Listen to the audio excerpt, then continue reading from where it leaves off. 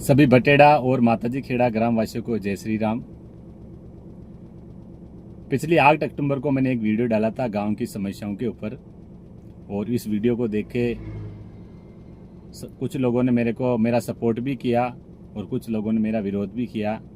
जिन्होंने मेरा सपोर्ट किया, जिन्होंने मुझे व्यक्तिगत रूप में कॉल करके मेरे को कहा कि आप ये कार्य बहुत अच्छा कर रहे हैं, हम सभी आपके साथ में हैं, तो मैं उन लोगों को धन्यवाद बोलता हूँ, क्योंकि उन लोगों के कारण ही मेरे को एक ऊर्जा मिली कि इस काम को हम आगे बढ़ाएं, इस मुहिम को आगे बढ़ाएं। और जिन लोगों ने मेरा विरोध किया, तो मेरा तो इसमें कोई व्यक्तिगत स्वार्थ नहीं है। मेरा ये प्रयास है कि मैं ये काम और आगे से अच्छा करेंगे, तो जो लोग विरोध में थे वो लोग भी अपन को कल बोलेंगे तो काम अच्छा कर रहा है। भाइयों, सबसे पहले तो बात ये बताना चाहता हूँ कि जो मैंने वीडियो डाला था पिछली बार, उस वीडियो के माध्यम से मैं खुद पढ़ा लिखा आदमी हूँ। गांव के अंदर कुछ जो गलत कार्य हुए थे उसके ऊपर मैं चाहता तो बहुत सारे ऑनलाइन शिकायत भी कर सकता हूँ, लेकिन मेरा पहला मकसद यही था कि हमारे कुछ गांव की समस्याएं हैं, जो हम गांव की समस्याएं गांव में निजात पाले, इसके लिए हमें कोई मतलब आगे जाने की जरूरत नहीं पड़े। गांव के पंच वगैरह सब मिलके इन समस्याओं पे अपन निदान पाए।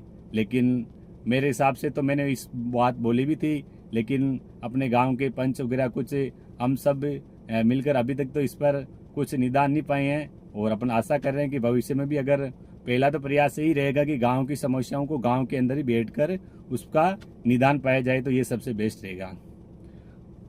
दूसरी बात ये है, मैंने पिछली बार अतिक्रमण के मुद्दे पर जो उठाया था, तो वो कोई गलत बात नहीं है।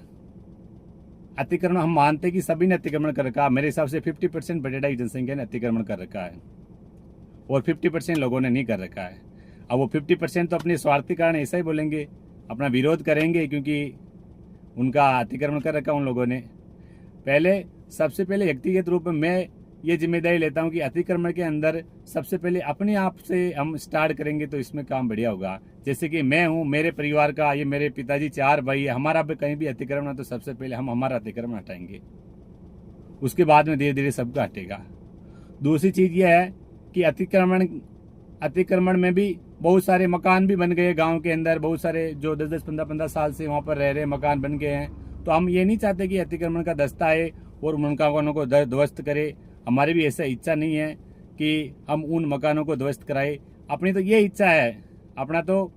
इच्छा है कि जिन लोगों के मकान भी बन गए हैं जो अभी आबादी में नहीं है, तो या तो अपने गाँव के सरपंच, पंच और आगे हमारे जो अधिकारी सब अपनी आबादी का वर्गीकरण करके आबादी को बढ़ाएं, और जिन लोगों के मकान के पट्टे नहीं हैं उन सब पूरे एरिया को आबादी के अंदर लिया जाए।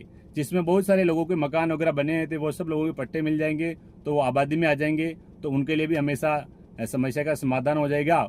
और जिन परिवारों के पास कोई भी बाड़ा वगैरह नहीं है, उन लोगों के लिए भी अलग अलग बाड़ा वगैरह या पंचायत द्वारा पंचायत के एरिया के हिसाब से जितना स्क्वायर फीट में, वर्ग फीट में बाड़ा दे सके पंचायत, उस हिसाब से जिन लोगों के पास में कोई भी कब्जा नहीं है उनको भी कब्जा मिले।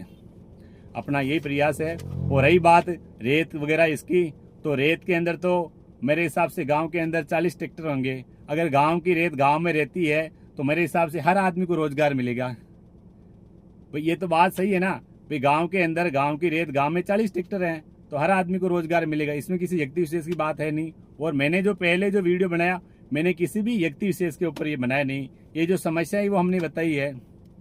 तो अब जो लोग इन चीज़ों का विरोध कर रहे हैं, मैं उन लोगों को कहना चाहता हूं, अगर आप लोग चाहते हैं, हम तो यही चाहते हैं कि हमारे गांव के 5 पंच लोग, 10-20 लोग वही काम करें। हमें तो इतना टाइम भी नहीं है कि हम इन चीज़ों पे ध्यान दें। साधारण से परिवार से आते हैं, सामान्य से परिवार से, इन कामों के लिए हमें कहाँ जगह है, हमें कहाँ टाइम है। आप लोग मिलके गांव के लिए कम से कम इतना तो कर सकते हैं ना कि 5 बीघा गौशाला के लिए जमीन आवंटित करा देते। अब वो हमारे गांव में गौशाला चल रही है, उस गौशाला को भी अपन बड़ी मुश्किल से अपन ने गौशाला छोटी सी जगह में व्यवस्थित करनी पड़ी। क्यों करनी पड़ी? क्योंकि गांव के लोग साथ में है ही नहीं है। इतनी जगह होते हुए भी अपन गौशाला के लिए 5 बीघा जमीन नहीं निकाल पाए। ये हमारा मतलब गाँव का ये माहौल है। तो मेरा खासकर गांव के युवाओं से, सभी से निवेदन है कि हम इन सब मुद्दों के ऊपर कल सुबह सोमवार को 27 तारीख को एसडीएम साहब को ज्ञापन देंगे कल। तो आप सभी युवाओं से निवेदन है, बड़े बुजुर्गों से, कि इस ज्ञापन में सभी से भारी संख्या में पधारे। कल सुबह 10 बजे पेट्रोल पंप के यहाँ से अपन रवाना होंगे और फिर 11 बजे अपन SDM साहब को बनेड़ा अपन ज्ञापन देंगे इन समस्याओं के ऊपर। तो आप सभी भाई ज़्यादा से ज़्यादा ज्ञापन में पधारें। और मेरा खासकर युवाओं से यही निवेदन है कि भाइयों, ये जो जवानी, ये ताकत कुछ समय के लिए आती है और हमारी ये जवानी, ये ताकत का उपयोग अगर अपन धर्म के लिए, न्याय के लिए, सही कार्य के लिए करते हैं तो भगवान भी हमारा सहयोग करेगा। और अगर अपन इस ताकत का, इसका गलत कार्य के लिए काम में लेंगे तो ये हमारी ताकत कोई काम की नहीं है। तो सभी युवा साथियों से निवेदन है कि आप सब इस अच्छे कार्य में सब बढ़ चढ़कर भाग लें और कल ज्ञापन में सभी पधारें। आप सभी का अगर सहयोग रहेगा तो अपन निश्चित तौर पर इस जो अपन सामूहिक लड़ाई लड़ रहे हैं अन्याय के ऊपर, इसमें हम सबको जीत मिलेगी। गांव के अंदर का अतिक्रमण को हटा पाएंगे। जय श्री राम।